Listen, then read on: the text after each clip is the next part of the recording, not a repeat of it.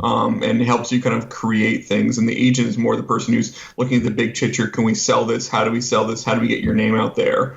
This episode is brought to you by Bulletproof Script Coverage, where screenwriters go to get their scripts read by top Hollywood professionals. Learn more at covermyscreenplay.com. I'd like to welcome to the show John Zaozirny. How are you doing, John? I'm doing all right, thank you. Thank you so much for being on the show, man. I appreciate it. How is the world treating you?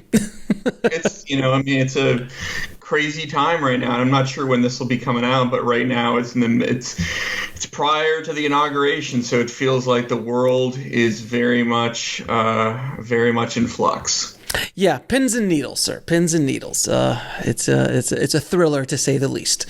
Now, how did you get into the business? Well, I'm originally from Vancouver. I went to film school at NYU, and then moved out here to Los Angeles in 2002. I worked for Appian Way, which is Leonardo DiCaprio's production company, as an assistant. So I worked there. I'd done some internships before that when I was at NYU, and those really kind of laid the groundwork for me eventually getting my first assistant job. And then did that. Wanted to be a screenwriter at the time. While I was at NYU, I'd won this thing called the Sloan Foundation Fellowship, which is a scholarship for like science-based projects.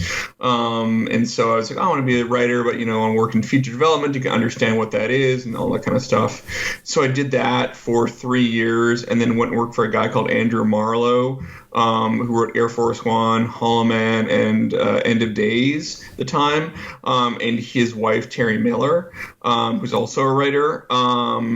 And so I worked for them for a couple of years. Andrew created the TV show Castle. So I went on to work on Castle as the writer's assistant for the first 3 years. Oh, wow. And then while I was working on Castle, that really taught me a lot about structure and different writing techniques and process. And while I was there, a friend of mine was like, hey, do you ever thought about being a producer? Why don't you try being a producer? And, I was kind of a lazy writer. I was really good at coming up with ideas, but I wasn't great at actually, executing them. And so I started doing that and realized I loved that even more than being a writer, was working with writers. And so I left Castle in 2010 to focus on Bellevue as a production company at the time.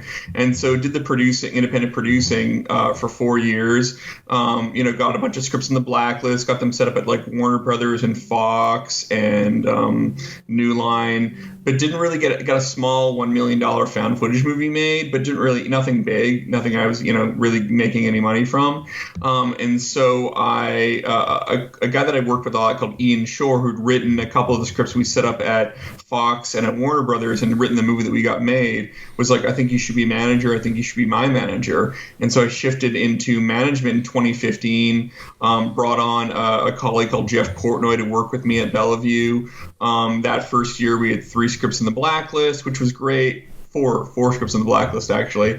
And we sold one of those to a company called Broadgreen, called another one to Focus Features. And then the next year, our client, Elyse Hollander, who's also my wife, actually, my client, Elyse Hollander, is also my wife, wrote a script called Blonde Ambition that was #1 on the blacklist, this kind of biopic of Madonna. And that kind of really launched the public profile of the company in a big way. And, since then, we've added 2 more managers to the company, Zach Zucker and Kate Sharp.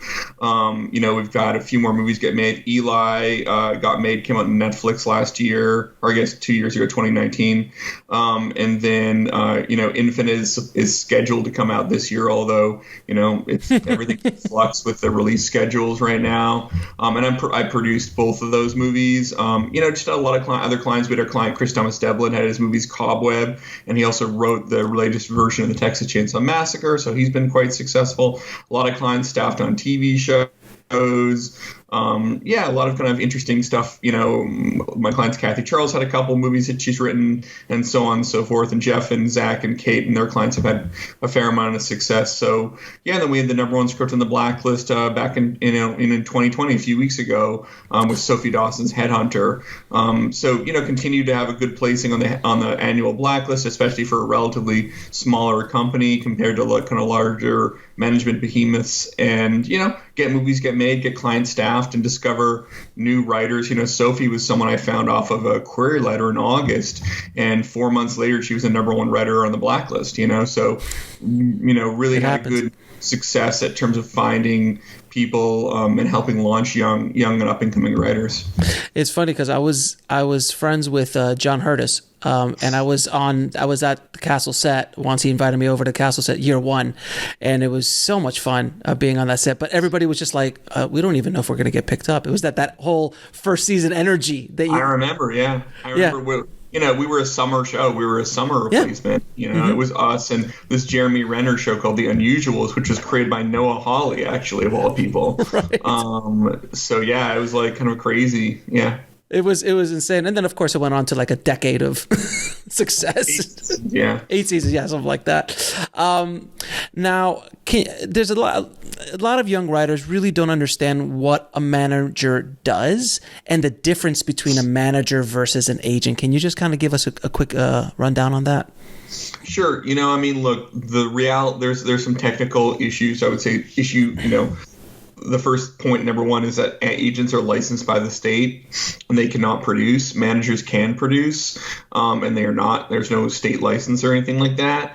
The way I kind of tend to think of it more, and honestly, every manager is different. And to be honest, there are some agents who are more involved than other agents. But on a generalized level, I would say that managers tend to be the kind of people who come on board early in a writer's career. More often than not, they find the writer and they bring them to representation and producers and stuff like that. Agents tend to be more the salespeople who, when they have something, they help sell that person or that script, when there is something to sell. So, I would say the manager helps you build the car. The agent goes out there and sells it, and then sells you essentially. Look, there are exceptions where the agent finds the person first, but I would say more often than not, the manager finds the person first and brings them to, an agency into larger representation. The manager is your consigliere. They're the person who kind of like advises you step by step on things, and helps you kind of create things. And the agent is more the person who's looking at the big picture. Can we sell this? How do we sell this? How do we get your name out there? So they kind of work in tandem, in the proper way. They work in tandem in a good way. But some managers are grabbing writers early on and kind of like building careers and guiding them through the process to get prepared to work with an agent. Where I think a lot of writers automatically think they need an agent. Oh, if I had an agent, my whole world would change. And it's generally not like that, correct? Yeah, it's funny that people think that, because it's kind of like, why would your life change if you don't have something to sell? Then they can't sell what there isn't to sell.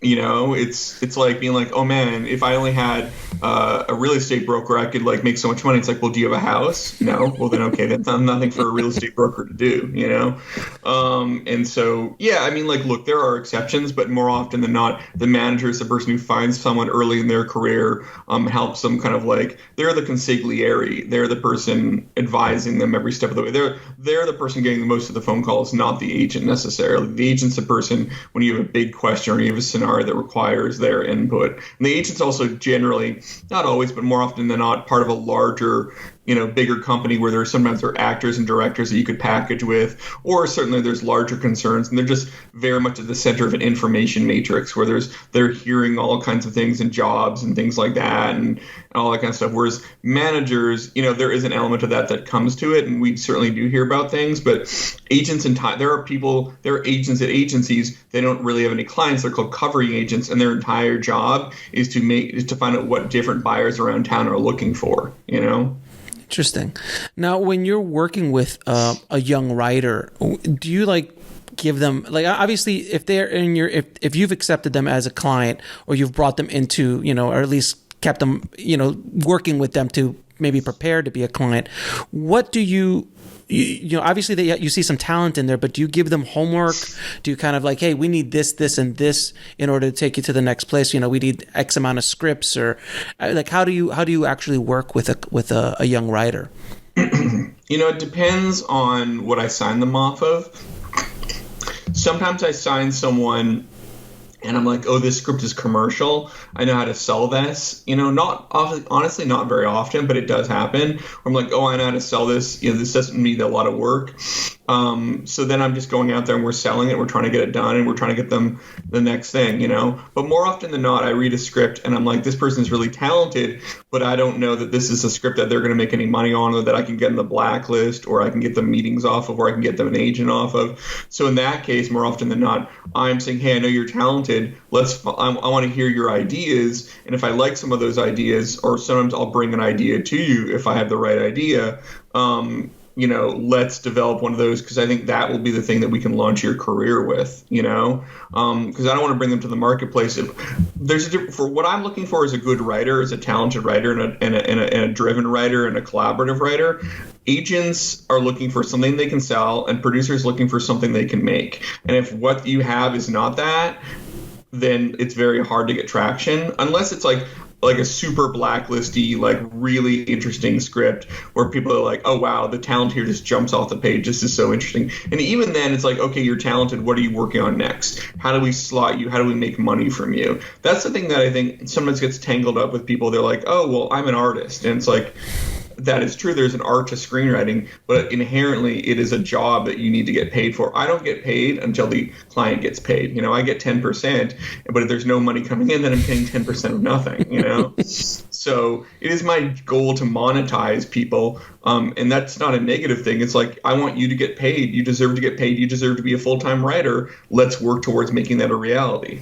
Yeah, there is that whole art versus commerce argument, and a lot of times when you're dealing with artists and filmmakers and screenwriters, they just want to be an artist, but unfortunately we're working in a very expensive medium. It's rare to find someone who says that, who is established. Exactly, who's established. I'm talking about more younger, starting up. They're like, oh, I don't want to be tainted with the whole money thing. I just want to create. I'm like, well, it's rare to find someone who says I want to be tainted by the money thing who doesn't already have money. Exactly. Very, very true. Now, you've mentioned the blacklist a few times. Can you explain to the audience the difference between there's two blacklists. There's the actual list and there's a website. Can you explain the difference between the two?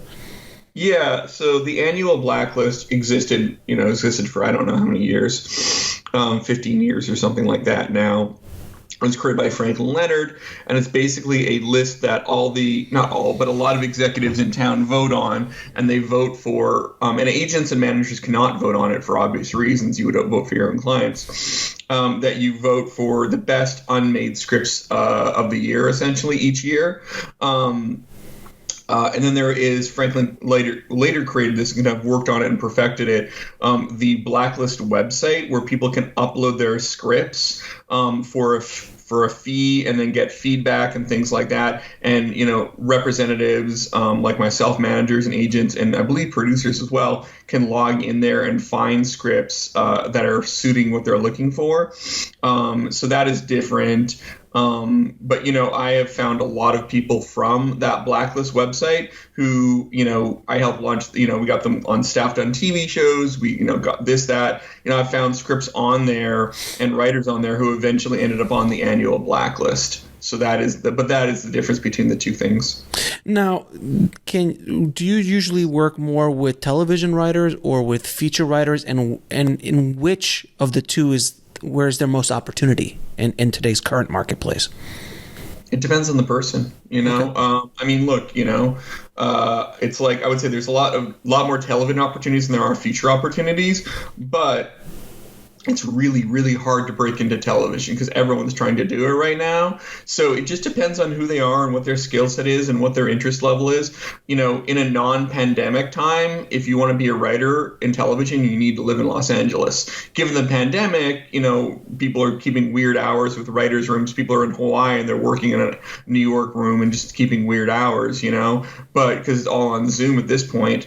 But normally in non-pandemic times, you need to be in Los Angeles for the most part to be in a writer's room, There are sometimes rooms in New York, and obviously London has its own industry in other countries, but historically LA is that place.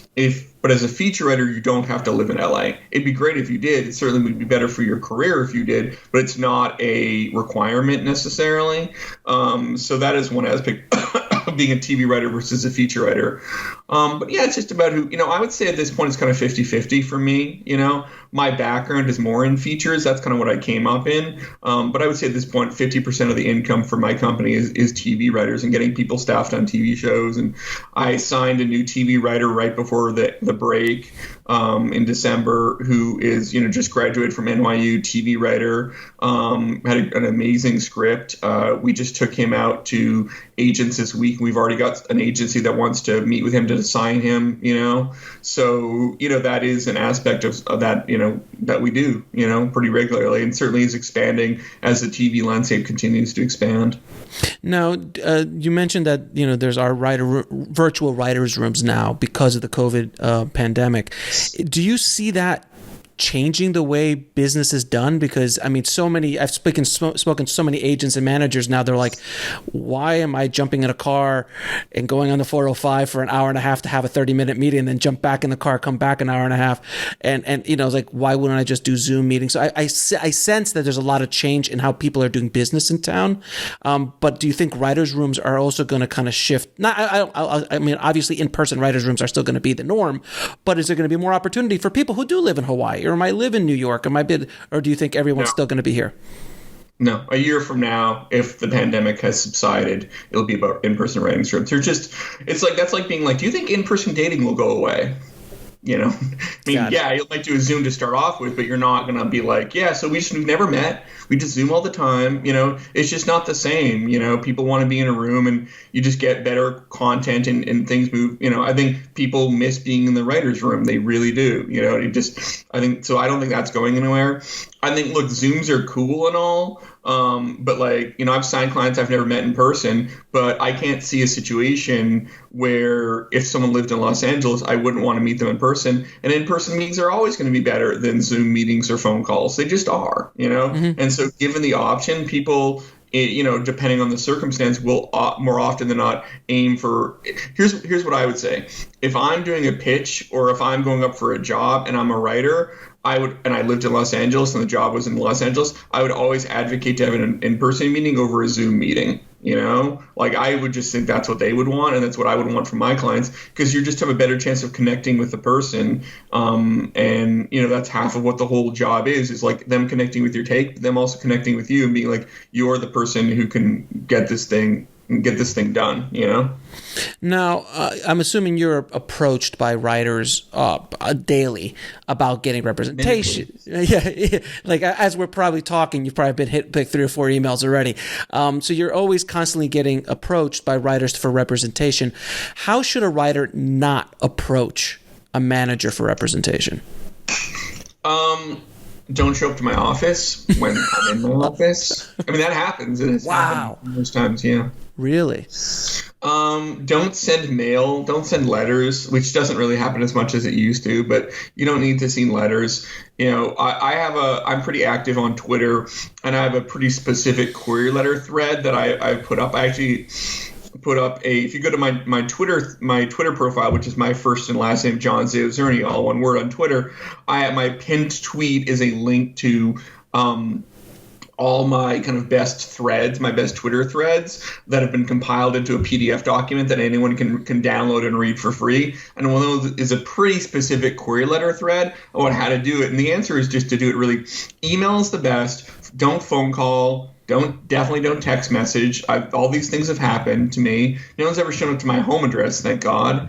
But I've gotten phone calls. I've gotten I've gotten tweets as well, but I've gotten texts. Don't like any of those. It's really simple. Just email, people. Make it really simple. Put the subject of your name of your script or whatever in the subject line. Hey, John, maybe a bit about why you think I'm the right person. Hey, I write music biopics similar to one of your clients, Elyse Hollander, or horror movies similar to Chris Thomas Devlin and David Churchirillo or Kathy Charles or whoever, Here's my log line. Write your log line out. Hope you like it. The end. No attachments, nothing, and just keep it really simple. And then, and I respond, a lot to people. I won't respond if I don't like it. That puts me in a legally tricky position, which some people seem unable to realize. They're like, why don't you respond to why don't you, like, as if they're owed some kind of a response, No one feels the need to respond to junk mail, but somehow anyways. But if I respond, and I often do respond, I think, as I mentioned, I found, the #1 blacklist script this year via query email in August, so like, Real. and I, the client that I just signed in December and is starting to meet with TV agents, I found him through an unsolicited query email that I got in December. I have a client whose short film is playing Sundance in a couple of weeks, and he reached out to me via query email. So like, I definitely pay attention to query emails. But that said, I probably get, especially since I let people know that I found the #1 blacklist person through the query email, I probably get at this point like 30 or 40. I used to get 20 a day, but now I probably get more like 30 or 40 a day. And most of them do not follow the rules. Most of them have attachments. Most of them multiple log lines. I get a lot of emails that are like, "Excuse me, I would like to be rep by you. Thank you." And there's no log line. There's not, or like, "Hi, I'd like to get the phone to someone and get some advice, please." I literally get those emails on a daily basis. How it is. I mean, they just send me out. They're like, "Hey, here's my project." I'm like, "Why are you sending? You've obviously done no homework. I have no power to help you. Why are you sending me your script? Why are you sending me?" Like, I don't respond to them because, and that's another good question. Like, how do you deal with unsolicited scripts? Because it does put you in a legally, precarious situation. I delete them. It's pretty simple. I delete them, the way that it works is someone sends me a log line, in a query email in a respectful fashion. If I like it, I email them back and say, "Here's a release form. Please fill out the release form and email it back to me with your screenplay." And then if they send it to me with a release form, which 99.9% they do, once in a while they're like, "I'm not signing a release form," in which case I'm not reading your screenplay.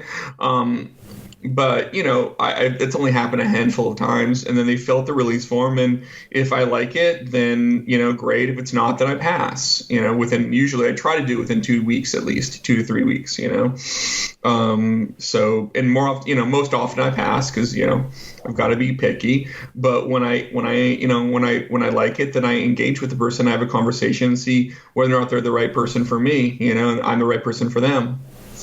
Fair enough. Now, are there any Hollywood myths you'd like to debunk for writers? Because there's a lot of those kind of, like we were talking about, like all I need is an agent and my life will change. Are there any kind of those myths that you'd like to debunk for writers? I guess I'm trying to think. That's a good question.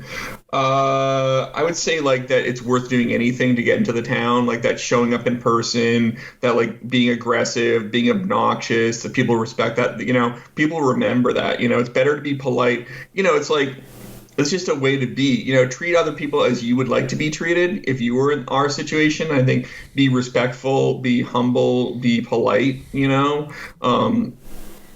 don't badger, I would say. People are like I told a story on Twitter about how when I was an intern, someone snuck into my boss's office at Village Roadshow and put a screenplay on her desk, and she felt really violated and they probably thought it was a cute Hollywood story, but what it was a person who was selfish and borderline criminal, and so I think that's definitely, it's not all about getting, and people don't respect the hustle in that sense. That's not a hustle. That's just being impolite and rude and lots of other not great stuff. So I would say that's the first thing. People are also obsessed with this idea that like the blacklist is, this or people are like everything is a scam or everything is, if people, I see a lot of people, really bitter people on Twitter and Reddit who are like, I've written 5 screenplays and none of them have sold. This whole thing's a racket. And it's like, no, it's just, that's how it is. And I think when things don't work, instead of being like, oh, this industry sucks, be like, why are people not responding to what I'm doing? What is it about the thing I'm putting into the world that is, I think people are more open to look out of the world and be like, this world is wrong or this industry is wrong, than be like, okay, what's the difference between the things that are selling and my thing, and be really honest about it. Like when I was a producer, I had some success, but I didn't have a huge amount of success. And when I was a writer, I never sold anything, and I wasn't like, this whole thing's a racket. I was like, okay, well, maybe this isn't the right job for me. Maybe this is not where my skill sets lie, and really being truthful and honest about that and being like, how do I change? How do I evolve? And I think people, unfortunately, can be very blinded by the idea of like, success. And, if they don't get the success, then they feel like, oh, well, everything's cheated. It's lies, And so that's the thing I would say is like, look inside and look at your work and be, ruthless is maybe the wrong word, but be really look inside yourself and be like, why are things not working and how do I adjust that? And that's the mark of a professional, that's the mark of someone, who's taking this seriously, is looking at it and adjusting, what they're doing. What's that old line, the definition of insanity is doing the same thing over and over and expecting a different result. Well, look at it and be like, okay, how do I adjust? How do I change what I'm doing? How do I evolve as a writer? Because clearly what's working, what I'm trying right now isn't working, Now, there's a myth, and it's not a myth because I think it does happen, but is more rare than anything, is the theft of ideas, the theft of a script, and things like that. And I've spoken to anytime I've spoken to filmmakers or screenwriters, and sometimes they like, before I talk to you, I need you to sign a non-disclosure agreement about this script idea. People are professionals, right? They're like, they're not. They've never made $1 in their life. Correct. Yeah, they're not high-end professionals because I've dealt with high-end professionals in our business, and no, it just doesn't work that way. Can you kind of debunk that and kind of, because but I've also heard horror stories. It does happen, but it's so rare, and it's maybe, and is it true? I don't know. Like when it happens, it's more like I wrote this treatment for free for this producer, and then they didn't pay me the money, but I never had a legal agreement with me, which is a totally different thing, right? Completely. That's yes. Yeah, no, look, it doesn't happen that often, because the reality is, if you wrote a screenplay about something, why would I be like, great, this is a great idea, I'm going to go spend 6 to 9 months with a different writer to try and get a different, it doesn't make any sense from a logical point of view, I think more often than not, I wrote this, we one of the first successes I had was working with Ian Shore on a screenplay about the Count of Monte Cristo. It was an adaptation of the Count of Monte Cristo, public domain book, Mm-hmm. And another screenplay about the Count of Monte Cristo, completely different take, a kind of modern day take. We had a sci-fi take, came out 2 weeks before our spec did, and we were like, oh no. But they didn't steal our idea. The Count of Monte Cristo is out there in the world, Right. I have a script with Jack the Ripper that was on the blacklist recently. Someone else could have written. I was honestly surprised nobody did the take on Jack the Ripper that we took. Nobody had written it and gone to market, to my knowledge. With anything like that. So it's like when you're working on something like that, idea. There were 2 movies about volcanoes that came out the same fucking year in Hollywood. Oh yeah, don't forget Armageddon, Deep Impact. It happens. Yeah, what I do tell people to do is, if you're working with a producer, make sure as soon as possible you have a lawyer draw up something that protects your legal rights, and an entertainment attorney, who not just you're like at one person like, oh, we have my family attorney's drawing this up, who does real estate, and I'm like, that's crazy. That's like being like, I'm gonna have my podiatrist do my heart surgery because I know him. Because they both went to medical school, so that's logic. Obviously. So, it's like, act like, if you want to be treated professionally, then act like a professional. And so, yeah, the horror stories you hear are, I wrote a screenplay on a verbal agreement at best, and then these people didn't pay me the money I deserved, or this happened or that happened. And look, that's not to say there aren't shitty people in the industry. There absolutely are, but that's why you have to be smart about these things. And people, I was on Twitter a couple days ago, a week ago, and there was some anonymous film producer. Literally, the name of his Twitter account was Anonymous or Mystery or something like that, mystery film producer. And I was like, who is this person? He was taking ideas. People were sending him treatments and screenplays. Oh my God. It was crazy. And I was like, this doesn't sound like, he was like, I've given this, how do I change someone's life by I read their screenplay and then I give it to another producer and then that production company is making it. I was like, but no producer would ever do that. Why would a producer give a screenplay to another producer? They want the screenplay for themselves. Obviously. That's like me being like, oh man, my good deed today was I got someone else a manager at a different company. By the way, I've done that once in a while, but it's not like I'm bragging, because my job is to manage people, right? Why am I advocating for other people? So I was like, well, this is kind of weird. This is kind of sketchy. And I pointed that out, and then the person was like, blah blah blah. It's a mystery who I am. But I had gotten information from someone else that they were posing as a famous producer called Trip Vincent. They said secretly that this was their name to other people, and I was like, no, you're not. And I know Trip Vincent's company, so I called them and I'm like, this is not Trip. They're like, no, it's not Trip. So I was like, yo, you're not Trip Vincent, and he just deleted his account, whoever it was, right? Wow. But like, my point being, there were a lot of people who were kind of mad at me or half mad at me because they were sending this person stuff. And like this one account was like, I've talked with him. He's for real. He's a retired producer in his 60s and 70s who's rich and just wants to help people. And I was like, dude, you don't know any producers, because that's not how they are, right? Like, you can be like 90 years old and you're like, no one retires. Like, producers don't retire. They're in it till they, like, Robert Evans wasn't like, oh, I'm just retired and like looking on Twitter for people to help when he was alive. Like, that's not what he's like, I'm still a producer. I'm still making things, you know? Mm-hmm. And so like people were sending this random fake ass account, like their treatments, and because they were like, this one person was like, we just want to hope, you know, we just want to believe anyone who says that they can help us. We just want to believe them.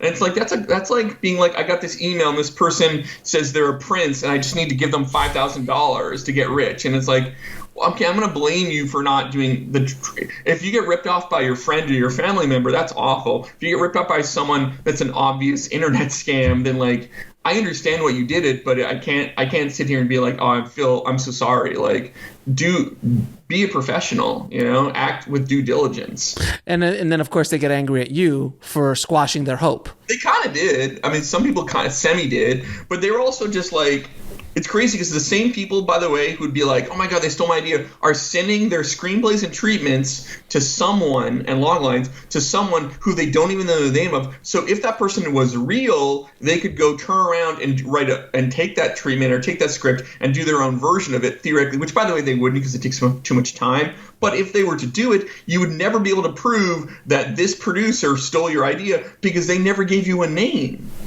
It's an anonymous name. Right. And you're like, well, you give it to a mystery account. That's not me. Like, so it's just this weird thing where the same people who sometimes are super obsessed with no one stealing their ideas are also the people who are doing the least due diligence about anything, you know? Mm-hmm. So now, when you're looking to sign a new screenwriter, is there anything you're looking for specifically in them as far as work ethic, as far as amounts of scripts or writing samples? Like, what are you looking for?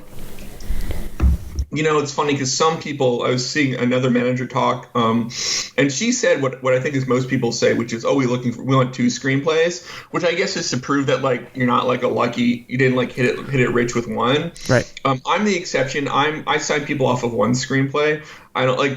It's funny, like, this is gonna make some people crazy, but my wife, Elyse Hollander, when she wrote Blonde Ambition, that was the first feature-length script she'd ever written. You know, wow, that's insane. So it worked out quite nicely. You know, and but I knew I wanted to sign Sophie Dawson off of HEADHUNTER. She gave me a couple other scripts she'd written, and they were fantastic as well, but I didn't need them. You know, she just wanted to send them to me so I was aware of them, you know.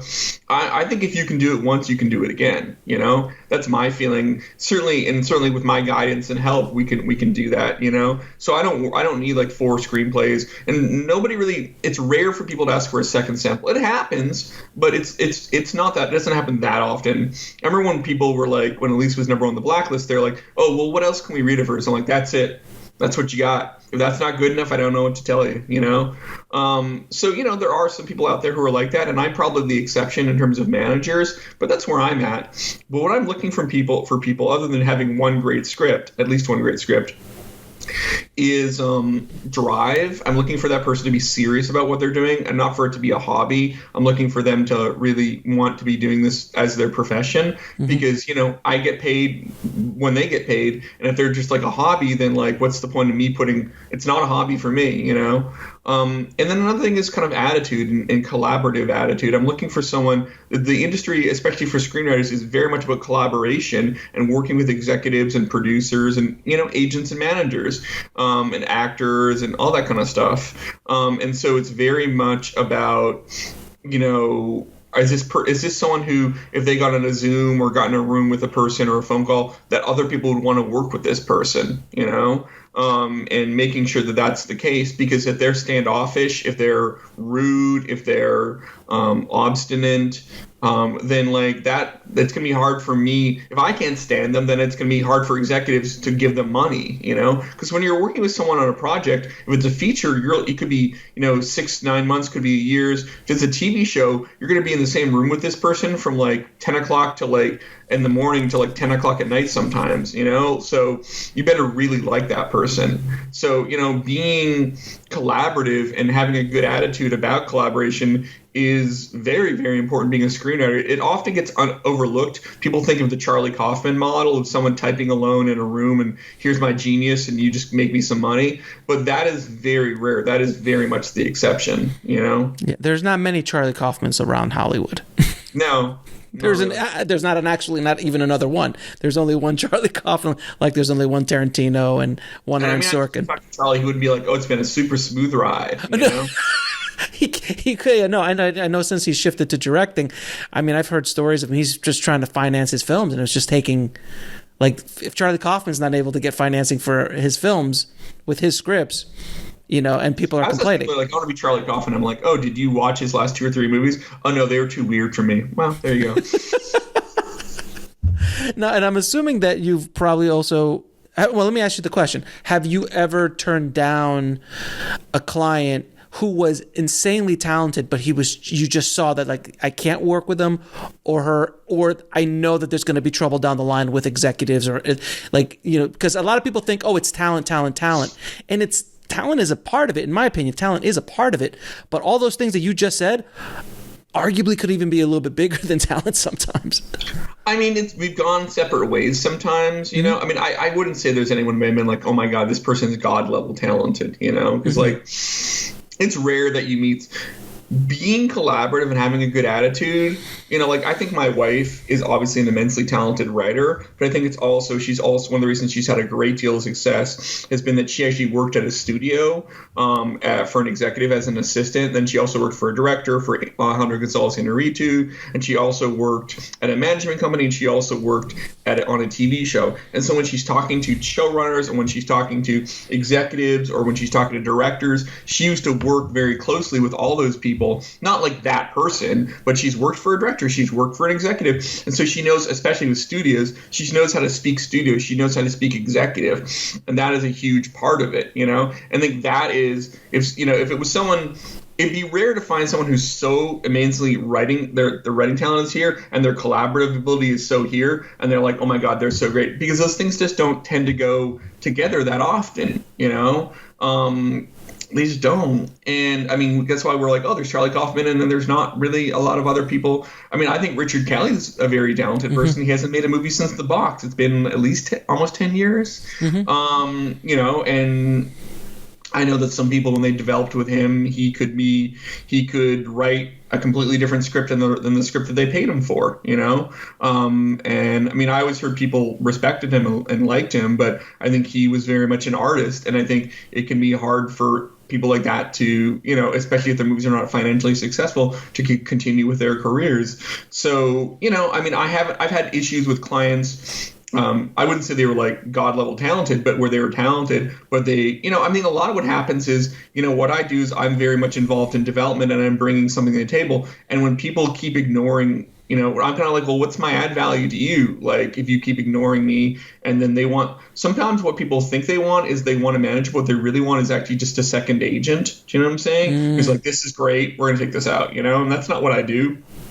So, there have been times, but it doesn't happen that often. More often than not, when I meet someone, I'm pretty clear about how I operate and what I'm looking for. And those people who are like that, they just tend to go with a different manager, or they tend not to want to sign with me, or I tend not to want to sign them, because, they're going to want to do their thing. And, we can kind of see the car crash coming down the road, Now, do you produce most of your clients' work, or is that just specific things? How does that work?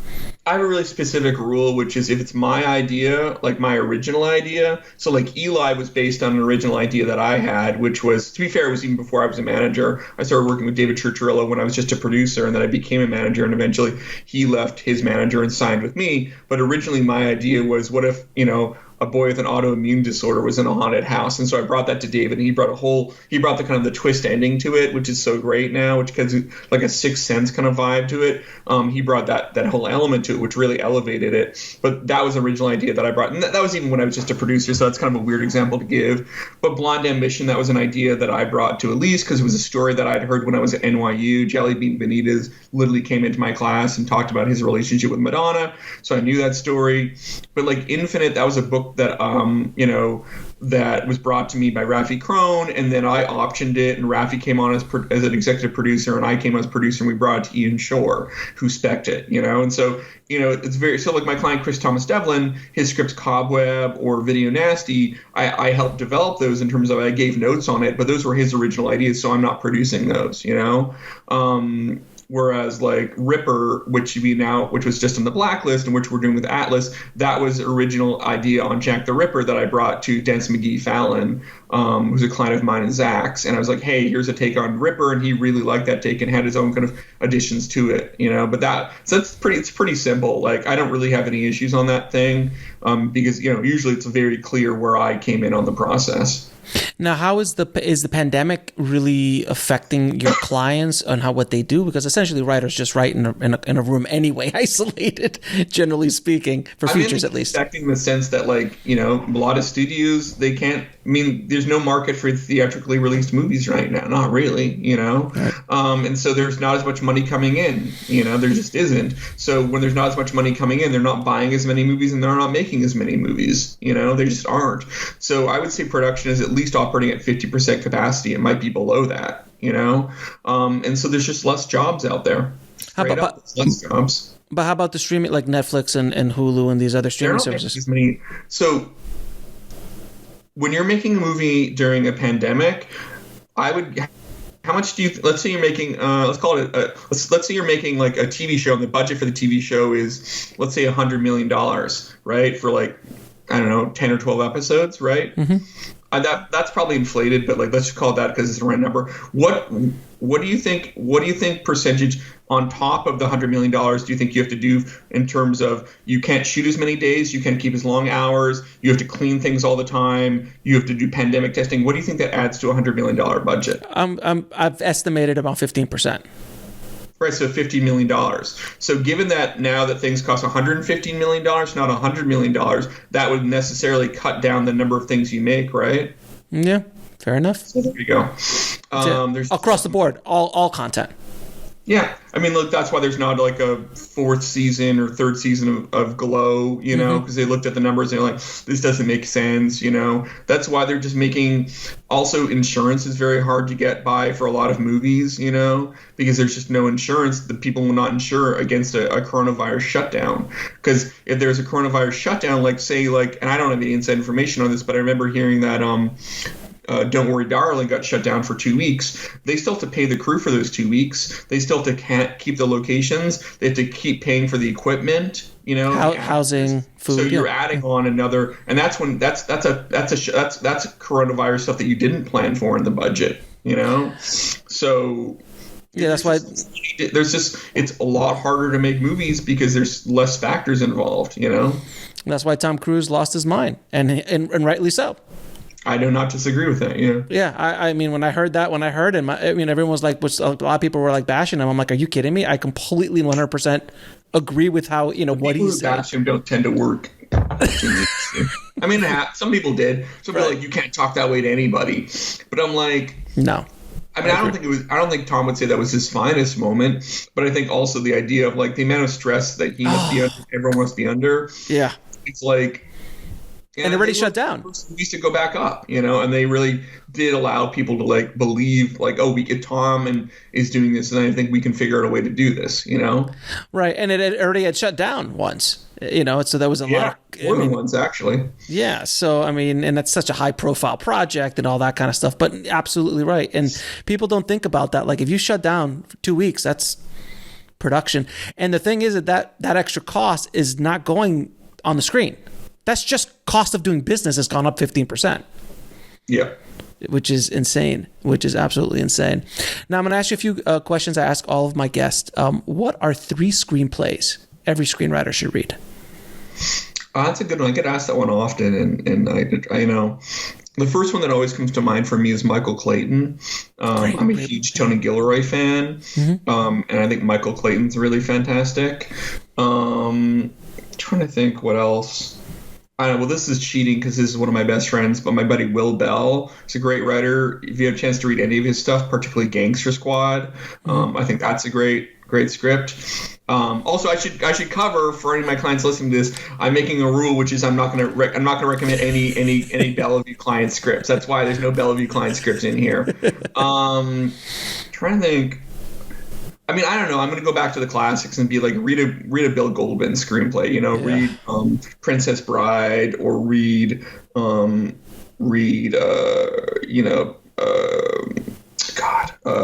am I blanking? Butch Cassidy's. Butch, right. All the Prison's Men, which I would say the people that I just described. I mean, I think Tony Gilroy would describe himself as a student of Bill Goldman, and I would say Will very much is in the vein of Bill Goldman with some Shane Black and some style like that. So that's certainly a style that I personally really vibe with. So I feel bad because I don't really think about that a lot. I'm more like if I have a client who's working in a certain realm, I'm like, I'll recommend like, oh, you should check this script out, you should check that script out. So I don't really usually give blanket kind of statements. I'm more interested in and also all the scripts I just mentioned, they're very much about the scripts, not necessarily the movie. Do you know what I'm saying? Right. It's about the screenplay and how it flows on the page and the interesting tricks that people pull off and the insights that they have and things like that. So those are just scripts. I mean, Will's a buddy of mine, and I remember reading Gangster Squad when he was writing it, so there's a personal attachment to me. Michael Clayton was one of the scripts I read when I was an assistant, in Hollywood,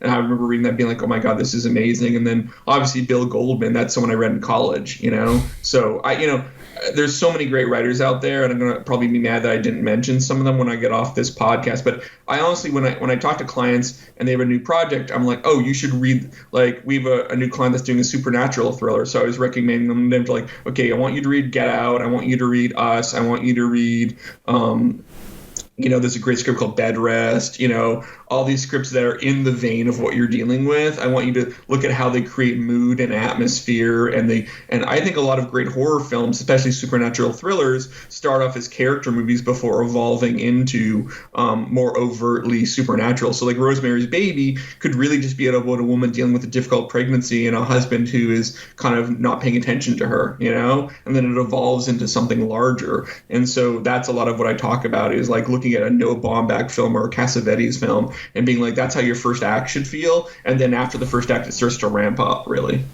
Now, really quickly, can you give people a reality check? Because in regards to, they think that just because they have an amazing script that it's going to turn into a movie or into a series, where I'm sure you have read hundreds of amazing scripts that have yet to be produced for one reason or another. Can you tell people the reality of what? Because I've read some scripts, I'm like, this is an Oscar winner. Like, why has this not been produced? I'm sure you've read hundreds of things like that. Yeah, I mean, look, I would say it's rare that I'm like, oh, I have no idea why this movie has never been made. Usually I have some idea of why it hasn't been. There's a great script called The Burial that Doug Wright wrote. And I read it, when I was in college. And it's about, it's based on the true story of this funeral home that got, sounds so boring, but true story of a funeral home that got bought out by this Canadian chain, which lied to them, essentially. And this really flashy African-American lawyer comes in and kind of saves the day. And I was just like, this is the greatest script I've ever read. Like, but then I'm also like, it's as I pitched it to you, I felt myself getting bored. I'm like, it's a funeral home movie. Are you serious? But like, so I'm not super surprised that hasn't gotten made, but it's an amazing script. It's a script I go back to and I think about a lot, honestly. So like, I'm rarely surprised that something hasn't been made, honestly. I mean, sometimes there's stuff I've been involved in. I'm like, well, that seems like a slam dunk, but like, there's always politics and circumstances around these things. But like, I think I would actually, I'm gonna slide around your question a little bit and be like, all these people are like, I've had an amazing script. It's a surefire thing. Yeah. Like, I'll give you an example of pilot season. Okay. Like in a normal pilot season, 30 to 40 pilots are ordered to series. I'm going to back up. 40 to 50 scripts are ordered from various writers. Of those, about 50% or less, let's say like 20 of those, are actually ordered. Probably not even 20, honestly, probably more like 15. Of those 50, 15 of those scripts ended up being shot as pilots, okay? Of those like 15, maybe 6 to 7 of those end up going to series. Of those series, the number of series that survive into a second season is probably 2 to 3 at best, you know? And then of those 2 to 3, what goes on to have multiple seasons? Maybe 1. I remember Castle, the year that it was a pilot, I don't think there was a single other show that was a pilot the same year at that network that ended up surviving 8 seasons, you know? That's the exception. That's really the exception, you know? And I think that's a good example. On features, it's sometimes even harder, you know? And so I think, but I would go even further. I'd be like, you got to look at your material and be like, look, why is this so surefire? Why is this? People are like, well, it's really similar to this other thing. And I'm like, well, that's not a really positive thing to say about your script, you know? The reason movies get made, and I think Bill Goldman talks about this, is either because a movie star wants to do it, so it's like a total actor bait, amazing thing, or it's because a studio sees a franchise in it, you know? And that's usually IP or something like that, right? And that's the reasons movies get made. And if your script doesn't have either of those, or doesn't feel special enough, or like, I think people have to be very, very realistic about the stuff they're working on. You know, it's easy for me to do that because I've been on this business for 20 years now, and I can kind of, I've seen things come and I've seen things go. I just think people have to be really look at their material and be like, is this good enough? You know, it's certainly a question I ask myself all the way through the development process whenever I'm working on anything. Is this good enough? Is this going to make an impact in the marketplace? Is this going to make, because I always hear people say this phrase and they're so wrong. They're like, just need one person to say yes. Just need one person to say yes. It's the opposite. You don't need one person to say yes. You need like 20 people to say yes. You need the CE to say yes. You need the VP to say, sorry, I'm going to back up. You need the producer to say, the CE at the production company to say yes, the VP of the production company says, the head of the production company to say yes, and then you need the CE, the studio to say yes, the VP of the studio yes, the president of the studio to say yes, the CEO, overseer of the fucking, you know, conglomerate to say yes. Then there's also a green light board that's to say yes. Before you even got to that point, you need a director to say yes. You need a bunch of actors to say yes. You need the production division of the studio to say yes. You need marketing to say yes, that we can actually market this, that we know how to market this. By the way, you need more than just one person in marketing because sometimes they fight over it. You know, the distribution to say yes. Like, people have no clue, and they're like, well, I'm going to make my thing made by a billionaire sometime, or whatever. Like, so many people have to say yes. You know, it really is one of those things that it evolves, and I've seen a lot of scripts go yes, yes, yes, and then there's a no. You know, like I had a script that was at a big studio, I won't name it. They literally bought this script, okay? They bought this script, they paid for a rewrite on it, and then they went to the head of the studio, and the head of the studio was like, what's the concept? Oh yeah, I don't believe that. Okay, they bought it and they never told him what the log line was. And when they told him the log line, he just didn't believe it. And like, that was it. The script was dead after they bought it and paid for a rewrite. Wow. And that's Hollywood. So, like, but that's a system. It happens, you know? And so, like, you know, all these things, you know, you really have to be like, this has to, like, and also scripts can die for weird reasons, like that script should have been made in the sense that it was done for a reasonable number. I personally think it ended up at the wrong place, but I didn't have any control of that at that point. You know, but like, I think it could have been made by a financier and done separately, but now there's so much money against it. It's in a studio that you can't pull it out of there because studios would rather sit on something than have someone else make it and embarrass them.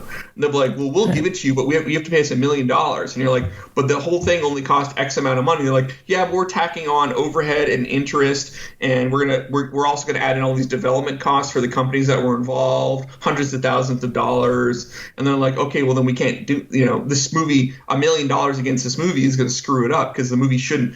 That's $1 million that, like, it just sits in the budget. It doesn't actually do anything, you know? Yeah, I think that was a problem with the remake of Superman. By the time they made Man of Steel, it was hindered by obscene amounts of development from a decade or so prior. Was it Man of Steel? It wasn't Man of Steel. Superman Returns. Was it Superman? I think it was Superman Returns. I don't think that had any personal impact on it personally.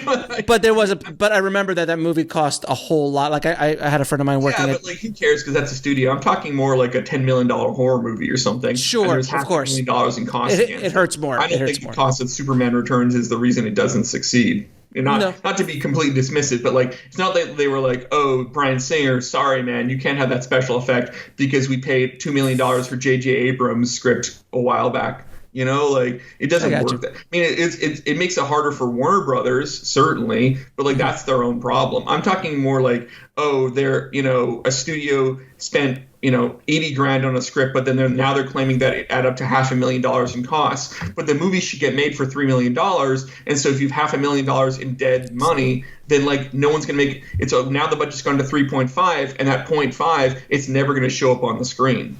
Right, exactly. So it makes it a lot harder to get out the block. And on top of that, the politics of being embarrassed by another, it being a hit or something. They'd rather sit on it than be embarrassed. Fair enough. What advice would you give a screenwriter wanting to break into the business? I'm sure you get that question constantly. I mean, it really depends where they're at in their career. I would just say watch movies. If you want, I would say, if you want to be a TV writer, or a feature writer, choose which lane you want to focus on first. If it's TV or it's features, whichever one it is, watch a bunch of that, read a bunch of that, write a bunch of that. A lot of people I talk to, they're like, oh no, right, I want to be a TV writer. What are your famous few shows? I don't watch a lot of TV. Okay, well then maybe you shouldn't work in TV then, What have you read that you've liked? I don't really read that much. I just do my own thing. Okay. It's just, it's a bit of sheer arrogance sometimes. So, do the homework, treat it professionally. Like if I was going to be like, oh, what do you do for a living? Oh, well, I build cars. Oh, cool. Do you like drive cars? Do you like watch cars like at races or whatever? Oh no, I don't do any of that. I just do that. Be like, that's a crazy person right there. But people act that way about screenplays and writing. They're like, oh, I just do my own thing. I don't pay attention to what's going on. I think you need to be. You can't be guided by like, oh, well, this is that. But you certainly want to be aware of what's going on out there, and you want to be aware of things, and also that will shape your expectations in the sense that. If you're like, people are like, I'm writing a Western. It's $100 million Western. I'm like, well, they don't really make Westerns anymore. They're like, well, I don't pay attention to that. I don't pay attention to trends. And I'm like, okay, well, don't be, who does? Executives, So like, I get that people want to do their own thing and some cool stuff have come out of that. Absolutely. When people have kind of like done their own thing, but you should be aware of them. So you're not surprised when maybe things don't necessarily go the way you're hoping. But don't you also find that there's so many writers and filmmakers hold on to the anomalies of our business and they go, oh, well, that's going to be me. So like how many found footage horror movies, when you see a business proposal, you're like, it's just like Blair Witch and Paranormal Activity. I'm like, you're talking about two of the biggest anomalies in the past 20, 30 years. I mean, as someone who took out a found footage movie, I get that. But I missed the market. We made one and we had another one that Ian Shore had written and we missed the market essentially. Mm-hmm. I mean, it happens. I mean, look, the reality is I don't want to tell people don't write the thing you're passionate about. I mean, on my tweet said there's a great Chris McQuarrie quote where he's like, I would never tell people not to write something they're not passionate about, but don't be surprised if no one else has any interest in it, because their job is to get movies made. It's not to like do passion projects, And so if your passion project lines up with their passion and an A-list movie star's passion and a director's passion, then things can work nicely. I have a call after this with a client and we're working on this period biopic, which normally I would tell people don't do. But right. It's about something that I think will have a great I don't think it's something that the market is looking for necessarily, but I think it'll have a great resonance for A-list directors and A-list movie stars because they'll be aware of this person and want to. And so like I'm like, you know what? I think let's do this thing because I think I see a way to getting it done. I see a way where an A-list movie star and an A-list director is like, this is an important story that I want to tell and I want to explore, So fair enough. And what's the best place where people can find you?